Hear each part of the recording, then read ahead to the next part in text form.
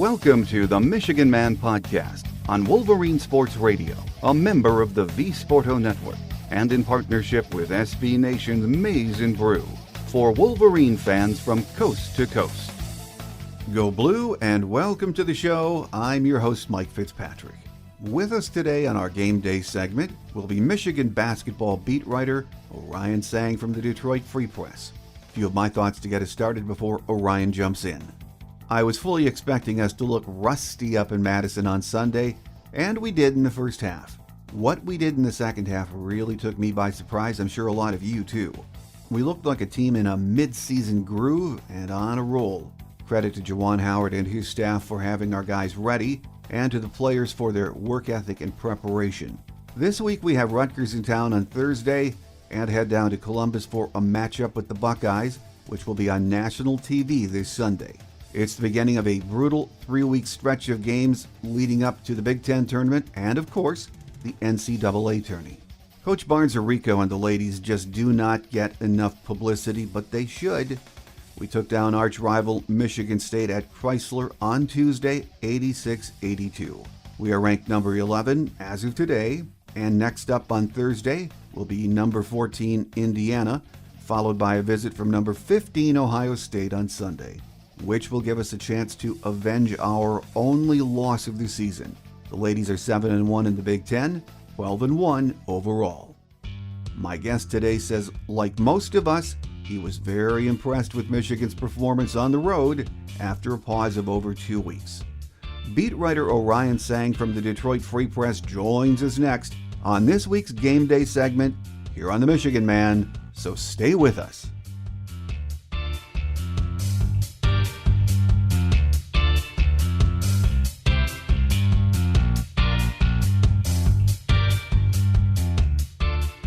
Here with us on our Game Day segment this week to talk Michigan basketball after that long pause is Orion Sang from the Detroit Free Press. Once again, Orion, great to have you back. Good to be back, Mike. Well, I mean, we had a lot to think about and read and keep up on during the pause. Basketball was still going on. It's just been a crazy year. But like so many Michigan fans, I would not have been surprised if Michigan would have lost on Sunday in Madison, and it made that win all that more impressive. What a outstanding performance coming off the pause, Orion. I think I agreed with you on that point because I picked them to lose that game when I did my scouting report and prediction. There are just so many factors working against them. You know, Wisconsin hadn't been playing great basketball, but it was on the road for Michigan. They hadn't played in 23 days. They had a 2-week pause sandwiched in there. So many question marks. You know, like how would the shooting look? How would the ball handling look? Would they be turning the ball over a lot? You know, would there be fatigue in the second half? You could tell there was rust early on, but it sort of seemed like they got stronger physically as the game continued. You know, like they had a couple guys play 38 minutes and they didn't look, you know, like they were out of shape. And down the stretch is when they were really able to sort of assert themselves physically. You know, I'm talking about on the boards, grabbing offensive rebounds at key moments, boxing out. I mean, it really seemed like they played strong in the second half compared to the first half. And like you said, it was a big win because, you know, no one knows how many more games they're going to play this season. And you know, if the Big Ten does shift to deciding a winner by win percentage, you know, every win is big for Michigan. So I was fairly surprised with the outcome, especially after what we saw in the first half. And you just got to tip your cap to them. It was a big performance. To me, the fact that it was on the road was even bigger. And I know you're going to have fans that say, but there was no one in the stands up in Madison. It's still a road game, and we have had a heck of a time getting a W up there for a long time. It's still a tough place to play, and it was still very impressive because of that. Yeah, and also just the way that Wisconsin plays. You know, I mean, they play at their own tempo. It's pretty slow. They really do not make that many mistakes. Like they'll hold on to the ball and take good care of it. They're methodical on offense and defense. You know how to shut you down, and they really make you work for everything. And you know, Michigan outscored them by 20 points in the second half, but I can't really say that it was like, you know, easy, like maybe we saw in the first game between those two teams when Michigan was just, you know, having their way on offense and defense. You know, Michigan really had to work for every single bucket in the second half and the first half. I mean, it was just a dogfight, and you know, it really is a testament to the team's talent and the preparation and the experience that they were able to win this game despite being down 12 and you know, it was the first game in 3 weeks. There were so many satisfying aspects of Michigan's play on Sunday, but the defense, especially in the second half, was so impressive to me. They just came out, covered the perimeter. They were tough inside. They boxed out. That's one of those things after you can practice, and we didn't have that much time to practice for the game, but boxing out the fundamentals on the defensive end, to me, those were the key in this game. I thought Wisconsin got a few really good looks in the first half. Mm-hmm. They had a couple of threes. I think 1 3 from Potter and 1 3 from Reavers on the pick and pop in the first half. They were able to get some open shots out of inbounds plays along the baseline. And then when you got to the second half, some of that stuff went away. I think Michigan started switching screens a bit on the pick and roll to take away that pick and pop. And typically, when that happens, the guard can take advantage of your big man, right? Because they're quicker, they can get to the basket, they can beat them off the dribble, hit a step back three. Like we've seen this play out before. Hunter Dickinson did a good job of staying in front of Trice whenever he did have to switch in front of him. And, overall, they just started playing a lot tougher on defense. The rotations were faster. The help side defense was there when they got beat off the dribble. And, the rebounding, like you mentioned, was pretty good, So based on the circumstances, I thought it was, probably the most impressive performance they've had all season, They've had bigger margins of victory, but this was a pretty impressive game. Oh, absolutely. No arguing with that. And again, the thing that was the most impressive to me is the fundamentals were there. The timing was off, which we all expected it would be, especially in the offensive end in the first half. But in the second half, it was hard to believe this team was really coming off a pause. I caught myself sitting there watching the game, and we were in such a rhythm. Beautiful ball movement, solid picks, really good shot selection. We were hitting our free throws again. It really, in the second half, was a beautiful thing to watch, wasn't it? Yeah, I mean, they played a lot better in the second half. And, I think it just took some time to get back into, the rhythm of things, right? I think in the first half, especially early on, I saw some shots that were left short. It just didn't seem that comfortable, moving the ball around. It seemed like sometimes there was an open shot and they would, hesitate, and then it wasn't there. The moment was gone. Or there was an open pass to be made and they would hesitate and then that was gone too. And then defensively, they just seemed just a step slow in the first half. But, they did a really good job of turning it around. I mean, you have to give them credit. Down 12 on the road against a team that's, not playing their best basketball, but Wisconsin still has a solid roster. It's a veteran team. I mean, just a really impressive, really impressive comeback from Michigan. I think everyone would agree with that sentiment. Well, after a couple of weeks off, were there any negatives that you could take from that game? Because I tried hard after the game, and I couldn't really come up with any given everything that's been happening in the last 2 weeks. It's a win, Yeah. A win is a win, right? So I think, obviously there are things that they probably want to improve on and things that, when they go back and film and watch, they'll be like, okay, yeah, we need to, adjust here and there. We need to change this up. But really going on the road, like I said, playing a difficult team, and getting a win after everything they've been through the past month, I don't think you can draw it up better than that for Michigan. I will say the rotation, they might need more rest for the two wings that played 38 minutes. These are young guys, but, college kids aren't used to playing that many minutes, and they won't be used to playing that many minutes on a more regular basis if Michigan does end up having to fit in a lot of games in a short amount of time. So that's one thing to watch is whether they can get those guys some more rest during the games and whether we do see some more tired legs down the stretch here. So we'll see. Well, to get them some rest coming off the bench, who do you see being able to come in and pick up some of that slack? When I'm talking specifically about Franz Wagner and Isaiah Livers, I think the natural, help there would be playing Sean D. Brown a bit more. He's very capable. He didn't have a great game offensively, but he's really good defensively. He knows where to be, and I think he's a former starter too. I think that's a guy that you can maybe give him a few more minutes. He played 18 on Sunday, which is a bit less than the season average, I think. But yeah, just like some of those extra minutes that he can give you might help spell Franz and Isaiah Livers a bit more. So we'll see. He's played a lot of minutes this season already, so they are comfortable with playing him and using him out there. So we'll see how it shakes out moving forward. Well, let's talk about some of the solid performances we saw up in Madison, starting with Isaiah Livers. He kept them close, really, at times by himself in the first half, and was outstanding in the second half. He is just really putting it together, isn't he? That was his third game with 20 or more points. He's playing some really outstanding basketball right now. He's just such an efficient offensive player. Anytime he takes a three, it's basically a good shot just because of how good of a shooter he is. And I think we're seeing a little bit more of the creation that we didn't really see too much before. He is getting better at getting his own shot off the dribble. I think there was one possession, he started driving to his right. He stopped and then transferred the ball over to his left hand and then just drove left around Michael Potter and laid it in. I think that was in the second half. I mean, you weren't seeing that type of offense from him before, in previous seasons. I think he's just stepped up his game in so many different categories. And he was aggressive early on, which really needed. The offense wasn't really smooth, and he hit some big shots in that first half. Otherwise, that deficit might have been too big to overcome.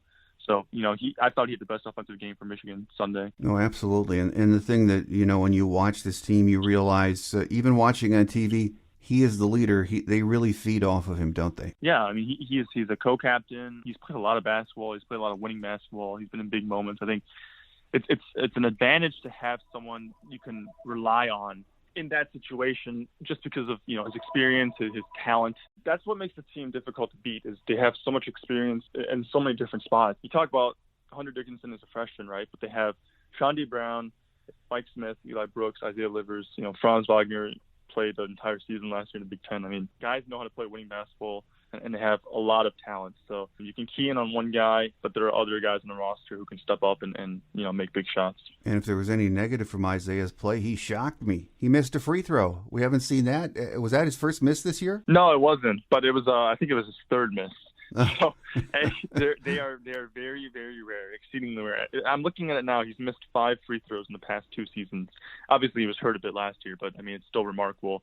I mean, he's just such an efficient offensive player. He's a really good shooter. He knows how to get open. He knows how to move without the ball. He had a cut, I think, to start the second half scoring that really showed just his experience, his ability to move without the ball and make an impact there. So really talented offensive player, and I mean he's improved a lot in his final season. He's made the most of this senior season. Oh, absolutely, and I'm excited to see what he does down the stretch. Great leader, great player, so and a solid game from him. Hunter Dickinson, though, his first half was okay. They were doing a lot of talk about him in the telecast before the game, about the fact that I think it was 2 or 3 games he hadn't been in double figures leading into the pause. But, in the first half, his shot blocking was big. His effort was outstanding. But in the second half, he started to contribute on both ends of the floor.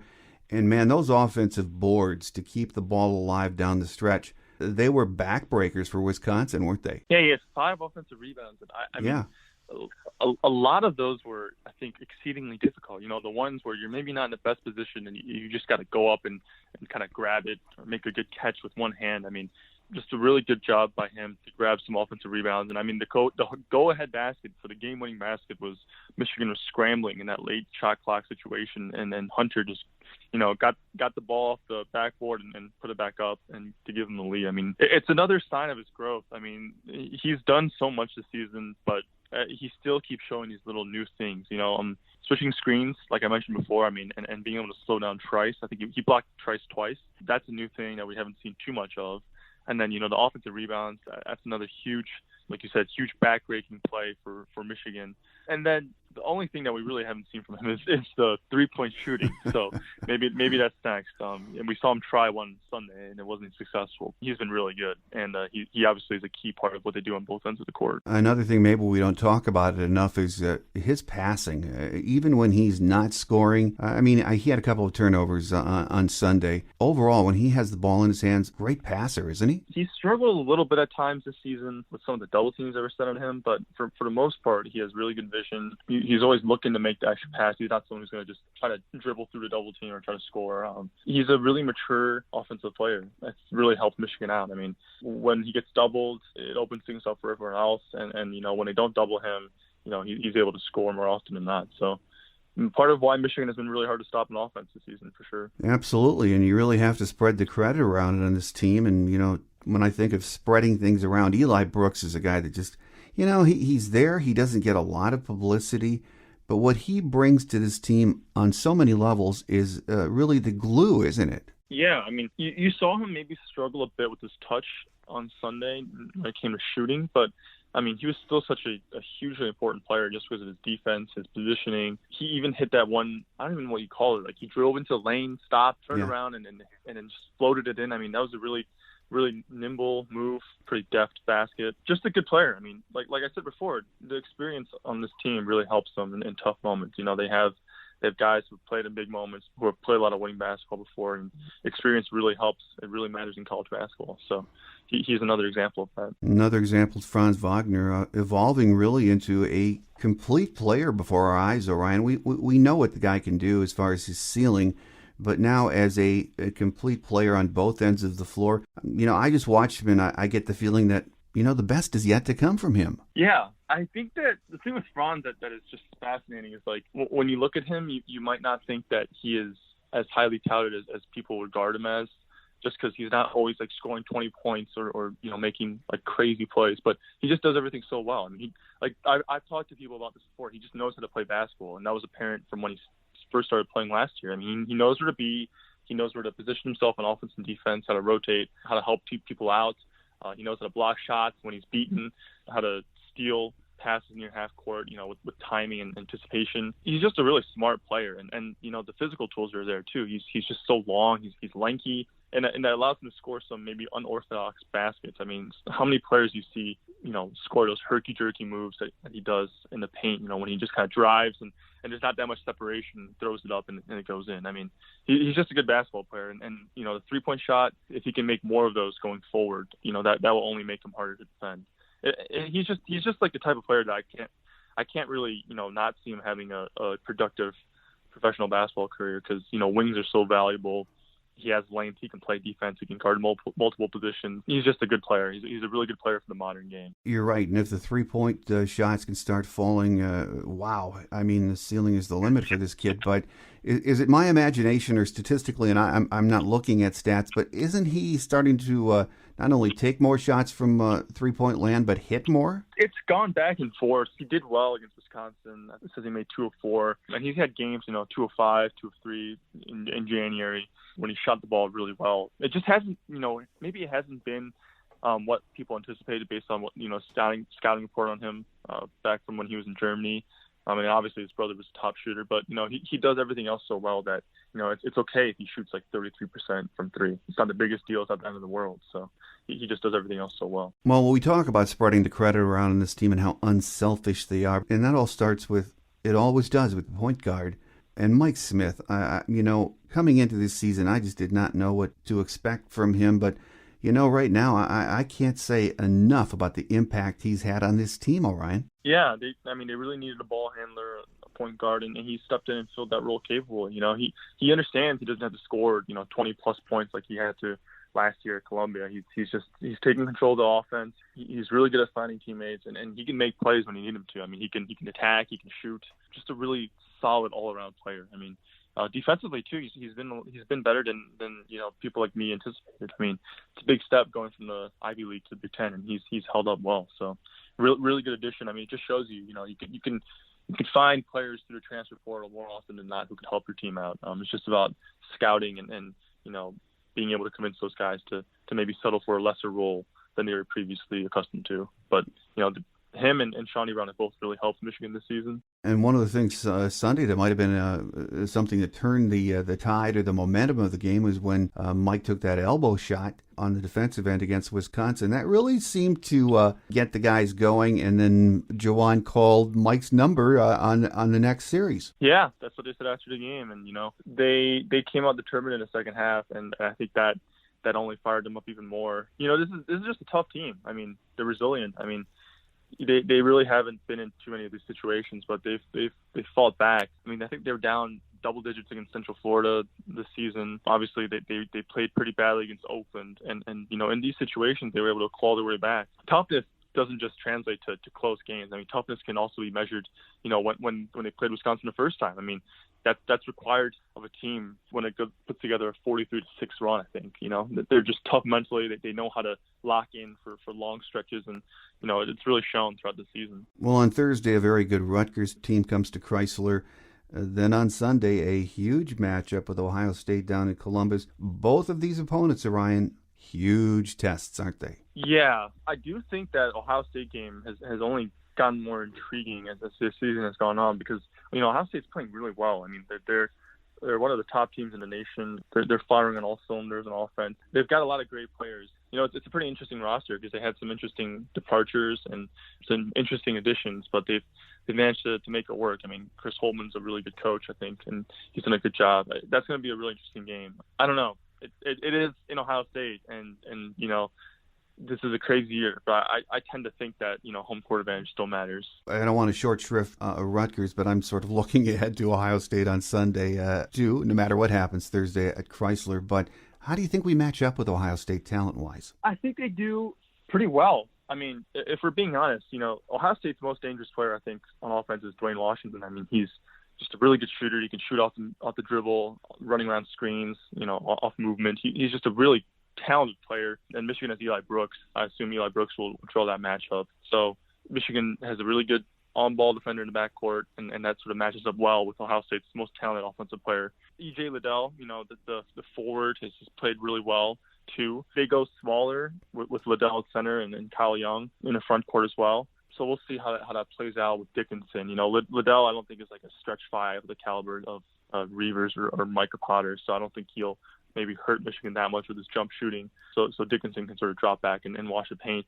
But, offensively, Dickinson does have a few inches on him, so we'll see if that has an advantage. We'll see if Ohio State doubles. I mean, they just are a really well-coached team. I mean, you wouldn't look at the roster and say that, this is one of the top 5 teams in the nation, but, they're playing that way right now. They just it's one of those teams where the sum of the parts is greater than the parts on their own. It's going to be a great weekend starting Thursday with Rutgers. But, the reality, if you just let yourself peek ahead on the schedule, and you really shouldn't do that, it is a brutal 3-week stretch, isn't it? Yeah, and the thing is, we don't really know what it's going to look like because they've been mum on the schedule. They haven't said much, but you can expect that they won't be playing just 5 games before the Big Ten tournament. They're going to squeeze a few more in. So we'll see. People say that these are college kids, college athletes. They have a lot of energy, a lot of life, but you have to account for the fact that they're not used to playing, more frequently than they used to.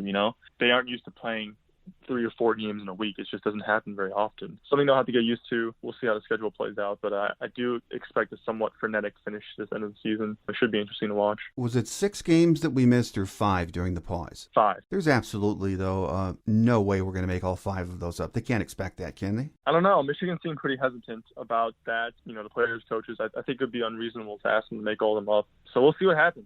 I mean, it's really up to the Big Ten and Michigan. It's long been said that good teams mirror their coaches, or in some ways, assume their personality on the floor. I think that's true with this Michigan team, don't you, Orion? Yeah, I mean, you can just see it in the way that they play. I mean, they run. It seems like they run a pretty NBA-style offense. Defense, I've seen some concepts that, I've also seen an NBA play, and it makes sense because that's Juwan Howard's background. I mean, that's where he played the longest, that's where he coached. And they're also tough, that they have this toughness, like I've mentioned before today, that allows them to fight back in difficult situations. And I think that portends well for the postseason because things will get tight in the Big Ten tournament and NCAA tournament. So, Juwan Howard, he's still in his second season as coach, but, everything he's shown so far from his coaching, his relationship with his players, his recruiting. I mean, he seems like a pretty good coach, pretty good hire for Michigan so far. Well, it's going to be a hyper 3-week stretch in the Big Ten. Not one easy game for anyone. And then the Big Ten tournament is scheduled in March down in Indy, and I guess a big maybe there. Do you think it right now is a done deal that there is going to be a Big Ten tournament? I don't think you can say anything's a done deal with everything going on this year. But, I mean, it seems like that's their intention is to play it. We'll see what happens. All signs are that they're planning to do it. It seems like they would be surprised if any teams pulled out. We'll see. Whether that's the best idea or not, I mean, we'll leave that up to experts. It's a little weird that it is still proceeding as planned, in my opinion. We'll see. I think we've heard a lot of talk, or not a lot, but we've heard some talk that not everyone in the conference might be on board for getting everyone together in one location and playing this tournament. There are some voices that say, hey, why don't we just make up some of the games we've missed? But which would be weird because some teams are going to be pretty much playing their full schedule by the time you hit Big Ten tournament week.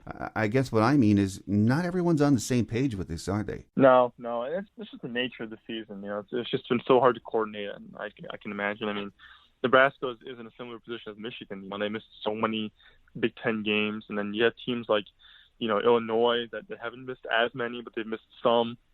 And then you have other teams that have just been chugging along, So It's just hard to say. I really can't see. I can't tell you right now how it's going to play out, but it does seem like, for everything I've seen and heard, that they are planning on playing that Big Ten tournament. Well, it's been a strange season. We expected that. It's been a bizarre 10 months, but March Madness is only a few weeks away, and that too is taking place in Bloomington, Indianapolis. It's going to be different. We all know that, but I think sports fans, the universities, want the tournament to be back, so it's going to be interesting to see how that all plays out, isn't it, Orion? Yeah, it would be truly unfortunate if we went a second consecutive year without March Madness. It's going to be a Herculean effort, on part of the organizers. I mean, you've got all these teams in the same place, all the staff, all the personnel, and obviously safety and health is of the utmost importance, because if that isn't guaranteed, then, you've seen how quickly this thing can spread and then how it can derail, sports pretty easily. We'll see. I feel like I said that a lot. That's just two words. We'll see. But it's just the nature of the season, and not just in college basketball. In college football is the same way. So, yeah. You just you really got to let things play out. Just hope for the best. And it's been strange, but I've been surprised. I don't know. I guess we're so happy to watch basketball or watch sports these days that I've even gotten used to watching these games in empty stadiums. And the TV crews are not even in the same location as Sunday. One was at home and the other was, I think, in a studio. It's so very different, but I find myself saying, you know what? It's working out pretty well. Yeah, they've made the best of it, There are some things that, obviously it took the players and coaches some time to get used to, but they're making it work. There's still basketball going on, still headed for postseasons. Just got to keep it up now. Well, final question before we let you get away, Orion. Right now, Michigan, a projected number 1 seed, and we all know realistically it's too early to say that.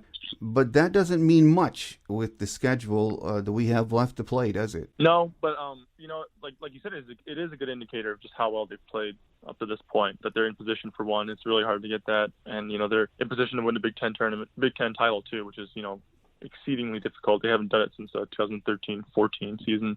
They will need to win the games that they're favored to win. Like they'll have to beat Rutgers, the Indiana and the Michigan States, and maybe they'll have to steal one or two on the road against Ohio State and Illinois, I believe, is the other one that was on the road. So we'll see. They do get Iowa at home, and that's a single play, so that might help. But yeah, even before the pause, this final stretch of the season was going to be more difficult. And now who knows how much harder it'll get with all the games that they have to make up. With us on our Game Day segment this week has been beat writer Orion Sang from the Detroit Free Press. Orion, it is going to be a heck of a stretch run. Going to be a lot of fun. Michigan playing as well as we've seen them play as a team in a long time. So in the coming weeks, we hope to get you back on and see where we are with Michigan basketball, and we look forward to that visit. Of course. We'll talk to you soon, Mike.